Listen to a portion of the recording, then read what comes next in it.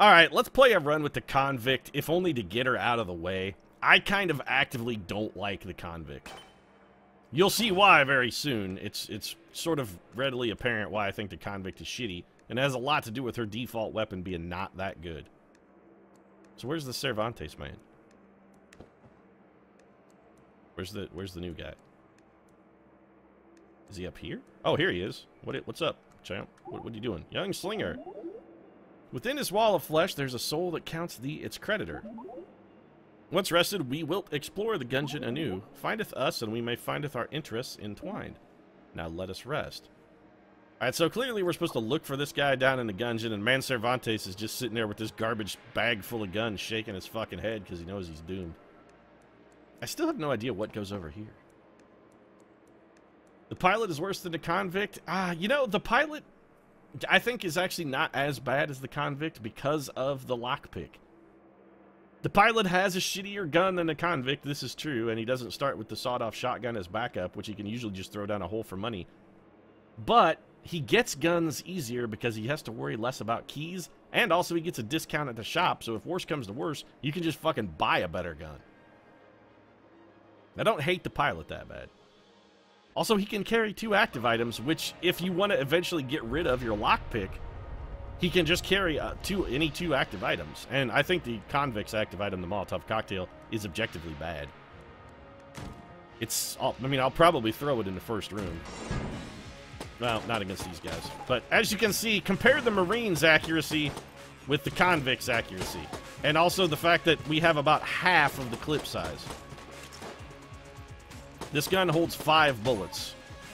It does pretty much exactly the same damage. Although, I think all of the weapons do exactly the same amount of damage. All the starting weapons seem to take about the same number of hits to kill enemies. Yeah, you have an AK-47, so let's not fuck with you. This is what I like to call the, oh shit, son of a bitch. Alright, so we're starting off early. These guys are what I like to call the Samuel L. Jackson of Bulletkin. They're basically Sammy L. and Jackie Brown, except no substitute. Kill every motherfucker, etc., etc. I'm flipping tables just because there's an achievement for flipping 500 tables, and I'm not above achievement whoring. You know, achievements have to be one of the greatest ideas in, like, the overall developmental history of video games. Apart from actual video games themselves, achievements may have been one of the cleverest video game-related inventions.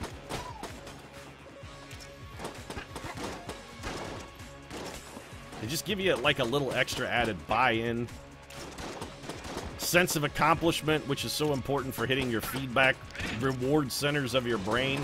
I mean, there's a lot of reasons why they're beneficial for game developers. Also, players like them too, because again, reward centers of your brain directly stimulated by telling you have achieved something, even though when really you didn't achieve shit. You sat around for 17 hours playing a fucking video game so that somebody could pat you on the head and tell you you were good.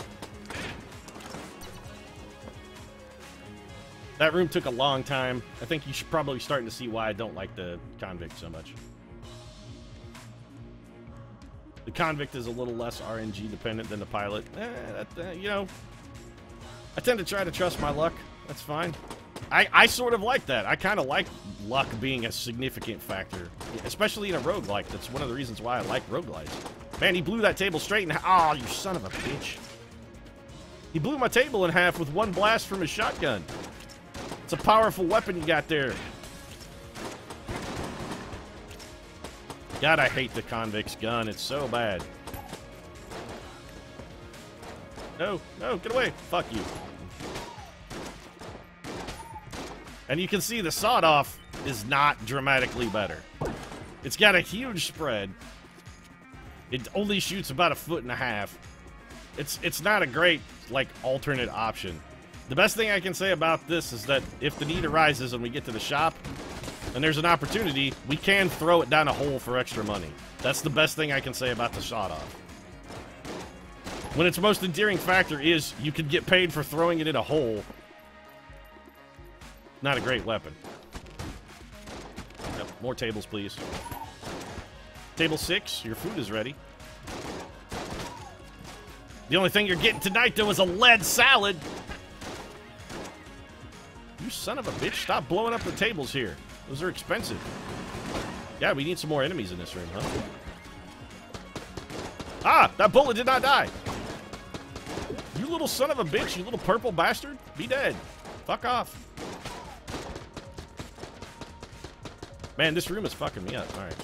I need some more long-range accuracy, which unfortunately for the Convict means I gotta use this piece of crap. It's our longest range, most accurate gun, and it's still terrible. Thrones are made of lead in this thing. Everything is made of lead and bullets. The gun puns are... Oh, yes, sweet. All right, here. You want a sawed-off shotgun? Take it. There you go. Enjoy that. Give me some cash. Yeah. Sweet, filthy lucre. That's what I need. What is this? Bomb Companion app. Okay, that seems really interesting. This is ammo. Health. You got health and armor over here. You can also buy blanks. I have never seen this item before.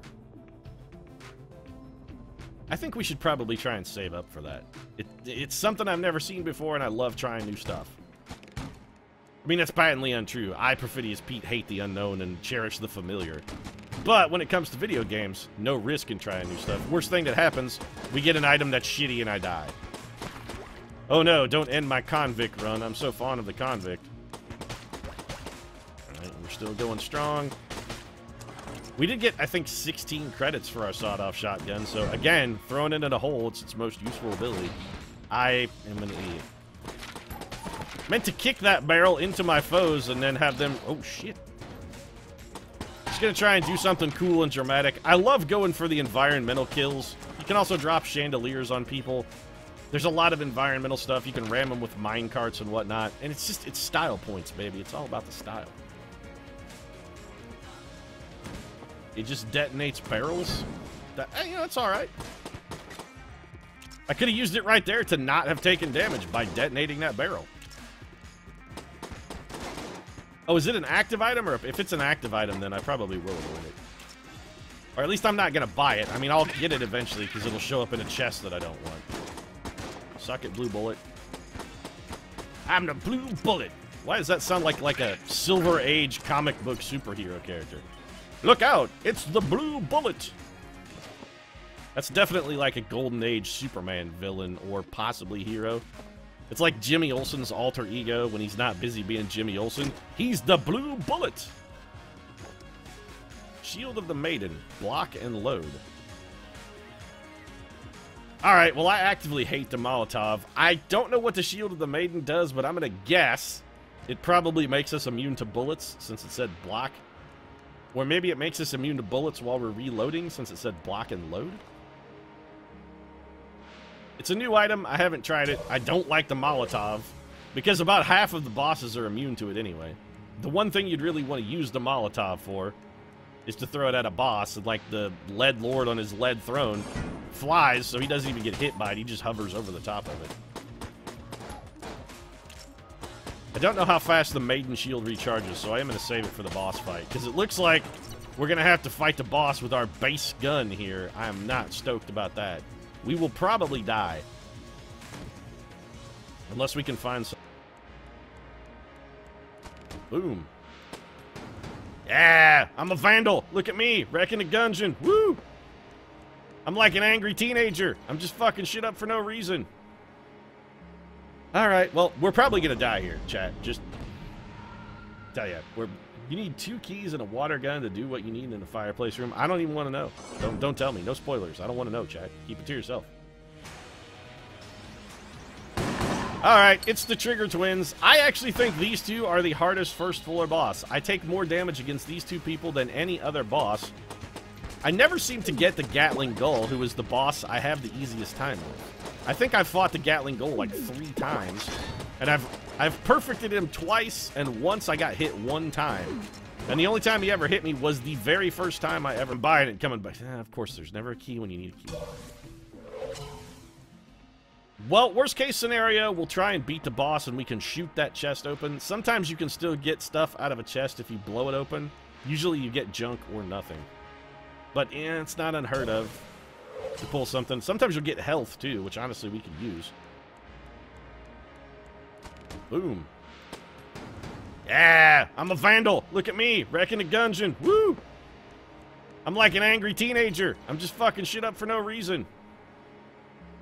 All right, well, we're probably gonna die here, chat. Just tell ya, you need 2 keys and a water gun to do what you need in the fireplace room. I don't even want to know.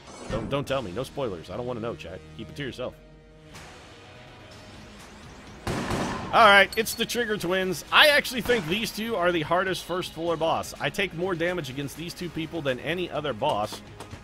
I never seem to get the Gatling Gull, who is the boss I have the easiest time with. I think I've fought the Gatling Gull like 3 times, and I've perfected him twice, and once I got hit 1 time. And the only time he ever hit me was the very first time I ever fought him. Oh, dive! Dive again! Keep diving! Never stop rolling! Okay, well, that didn't work at all. I should have blanked. Or used... Alright, fuck this. We have donned the Maiden Shield of Bally 7. Is that all that does? That was literally it. It made us invulnerable while we reloaded 1 time. That item is straight up trash. Okay, so that's shittier than the... That's worse than the Molotov, actually. God damn it. I am going to die. I'm not going to die with 3 blanks, though. You can bet your ass on that. I'm at least going to use them.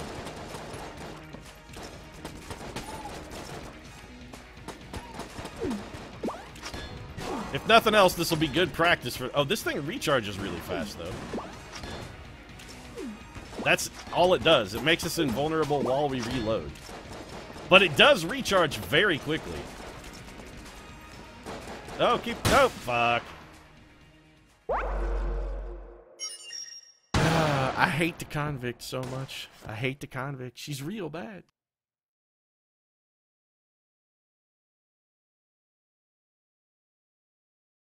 Just getting a sip of water here. I really hate the Convict a lot. So let's go back to the Breach. Let's try to get somebody who doesn't suck. That's not the pilot, but I'm going to play the pilot anyway because I feel a little need for some Malcolm Reynolds in me. And I mean that sincerely, Nathan Fillion, if you're watching. If you want to be inside me, that's cool. I'm down with that. I'm not normally into dudes, but for you, Nathan, I think I might make an exception. Get a couple glasses of wine in me if the lighting's just right. Yeah, you could woo me, Nathan. You could woo me.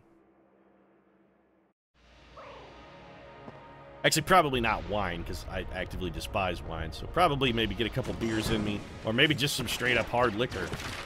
I mean, that's definitely not going to hurt. I've already taken damage because I'm the world's shittiest player at Dungeons.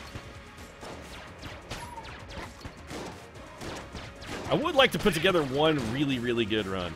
And you can see sort of my problem here with the pilot, too. His weapon is grossly inaccurate. I mean, it's real shitty. The bullets are all over the map. Yeah, which... The way to counter that, of course, is to stand closer to the enemies, but the problem with standing closer to the enemies is the closer you are, the more likely you are to get shot in the face. And I'm going to go with the controversial position that shooting in the face is probably not great for your long-term survival odds. Knocking enemies down the hole does seem to reduce the amount of brass that you get for completing a room. You don't get cash if you knock them in a hole. The pilot's weapon, I don't know, it kind of feels like it does more damage. I mean, if we're counting the hits, it takes 3 to kill every one of those bullet kin. But even weapons that I know have a higher base damage still take 3. Alright, so unfinished gun. This is basically the gun that we have, except with a higher clip size or magazine size, whatever, call it. I'm not a, magazine probably. And about the same damage, but it is more accurate than what we have now. What is this, though?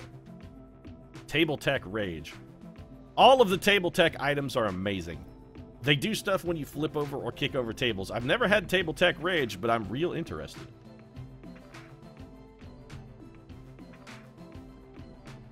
I don't really want any of this other stuff. Let's do a little more exploring. I'm probably going to try and buy the Table Tech. Oh, shit. There are grenades everywhere. The entire room exploded, and I got 1 brass out of that. Oh, there's a key, though. Never mind. I'm less salty. Thank you for the key. Okay, we can immediately put it to use, and we got some kind of passive item. Ring of Fire Resistance. No burns. Aw, man. Smithers is going to be heartbroken. No burns. Prevents damage from fire. A ring originally worn by the legendary gunsmith himself. Later in life, Edwin no longer needed it, but the ring proved indispensable during his early years in the forge. It eventually passed to his eldest daughter. Okay, so we're getting some backstory beats for people I have never heard of. There's actually a shockingly large amount of lore happening here in Dungeon. Surprisingly, it's got some story hits to it. There's more than meets the eye going on here in the dungeon. Or Gungeon, sorry. Alright, we're killing this man with the environment. Oh no, we're taking damage. Oh, actually I didn't get hit there.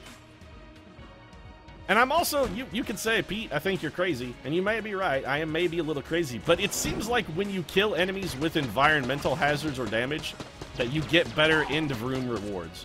Like, if you drop a chandelier on a dude, it seems like you get better stuff when the room completes.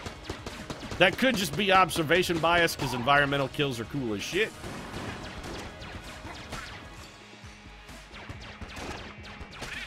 Suck it, Red Bullet. You're no Blue Bullet.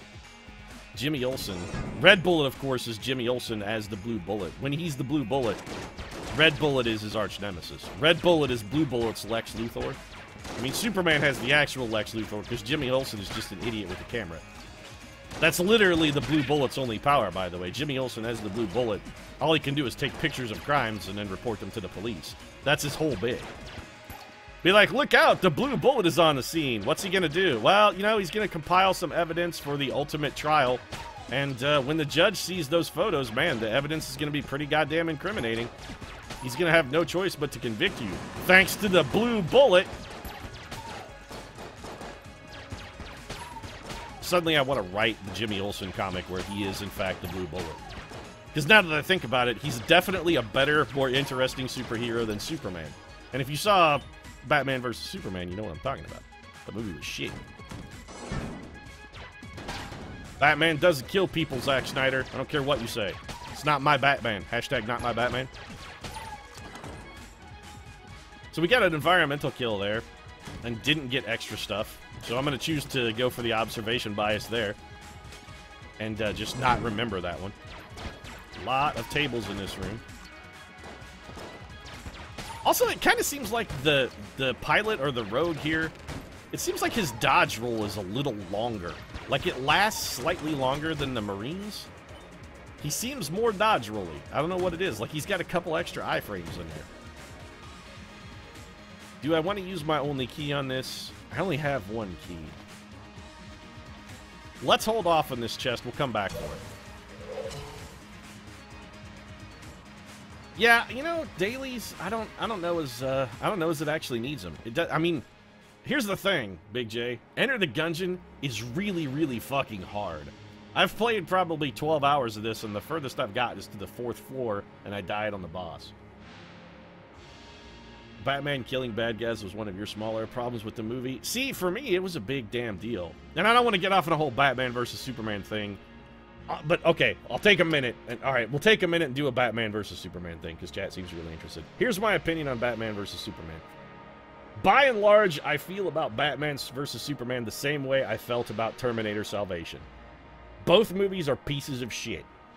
But if you look at them objectively, maybe they're better than I give them credit for, because both movies had a lot of really fucking awesome ideas that were just terribly, terribly executed. And rather than judging them on the ideas they had in the film they made, I instead judge them on the potential that they had. Because here's the thing, even with Batman killing people, which don't get me wrong, that is the defining characteristic of Batman. That's part of his fucking psychosis, and I think an integral part. But we'll revisit that in a minute. We'll come back to that in just a moment. But I'm judging these two films on the fact that they fucking could have been amazing. Because they had all of the ingredients, both, and this is Terminator Salvation as well, so if you want like an allegory. Go back and rewatch Terminator Salvation and think about all of the stuff that was sort of, yeah, they almost fucking got it, but the fact that they fucked it all up makes it just that much more infuriating. It's like, oh god, they were right there, man. The mouse was right on the edge of the cheese, and instead of fucking just pulling it off the trap, he stuck his little head in there and fucking got snapped in half by a rat trap. Batman vs. Superman's got that same bit. It could have been amazing.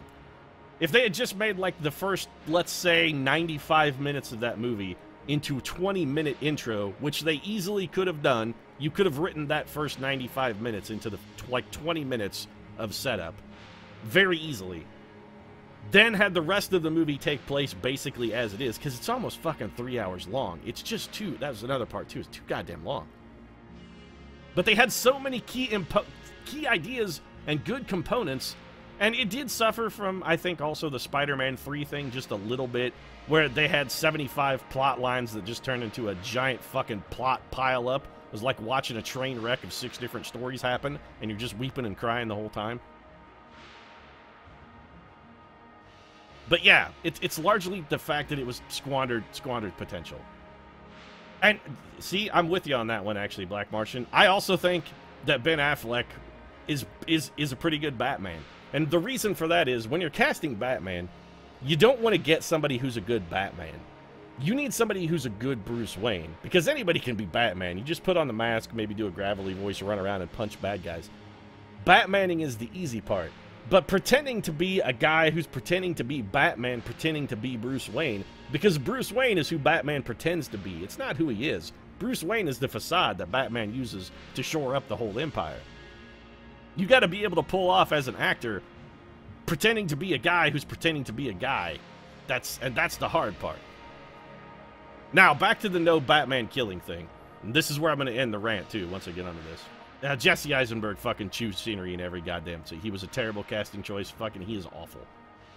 That's enough about Jesse Eisenberg. But back to the Batman not killing people thing. And this is where I'll end the rant once I finish this sort of point. Although it's not like I'm winning a fucking debate club, so I guess it doesn't really matter. The reason Batman not killing people is integral to Batman as a character is because death defined who Batman is. I mean, death is the reason Batman is Batman. His parents got killed. That's why Batman is the broken, fucked up man that he is. And so, because Batman is a fucking broken psycho, he doesn't kill people. Even when he should kill people, he doesn't kill people. That's part of what it means to be Batman. How many times could his life have been easier? Not just his life, too, but the lives of everyone he's striving to protect and everything he's trying to accomplish. How much easier would his goals have been if he'd just been like, oh, the Joker? Yeah, I fucking jumped through a window and broke his neck. That's it. End of the Joker. Gotham is saved forever. It's part of the integral brokenness of Batman that he doesn't kill people even when he should. And Batman in the movie? Yeah, he just kills people. And it's like a non-issue, too, which I have a problem with. And I know they were shooting for the whole Frank Miller, Dark Knight Returns, Superman has to kill Batman kind of thing. Which, honestly, is probably what they should have just gone for. It would have been a better movie. Instead of the kludged-together wreck it actually turned out to be. Because, like, they had that, but it's also only just a chunk of the plot. There's 7 other fucking plots happening at the same time. It was disappointing. But look on the bright side. If you want to be excited about a DC intellectual property, check out the trailer for Suicide Squad, because I think you got a lot to be excited about on that one. Suicide Squad looks real good. That was a terrible dodge. Suicide Squad, though, yeah, it looks real good. Real good. Alright, let's get... The rant is over now. Let's get back to fucking getting killed here in the Gungeon.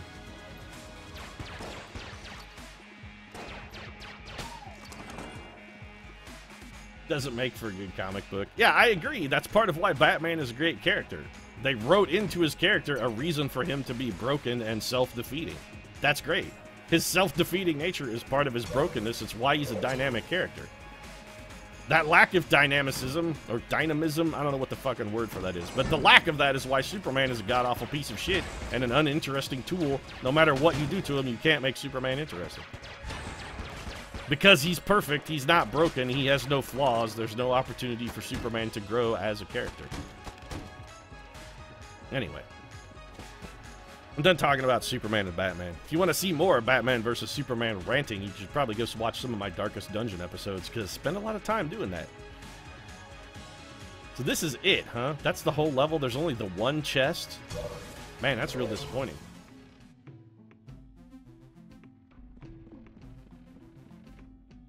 Can we afford this? Yes. Alright, well, we're definitely taking Flips of Fury, baby. I'm gonna flip the Fury. Probably not, because there's unlikely to be a table in the boss room, and, Suicide Squad looks good. It could be Jai Courtney's redemption story. Do you mean Michael Jai White? You identify as the Batman? Better watch out. You identify as the Batman, they're going to take you to fucking jail because vigilantism is against the law.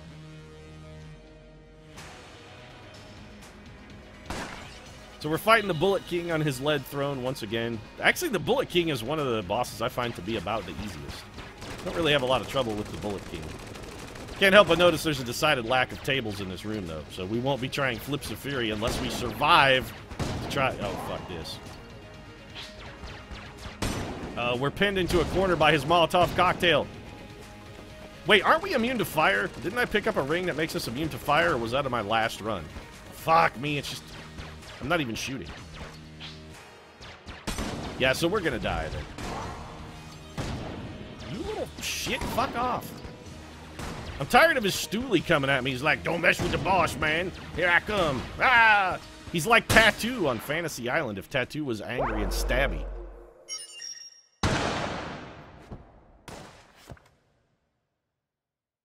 Soups is cool. He's a man who could do anything he ever wanted, but doesn't. No, he's not. He can't do anything. Superman doesn't have even free will. He has to do the right thing in every situation, and I didn't get to use Flips of Fury. I'm really pissed off about that.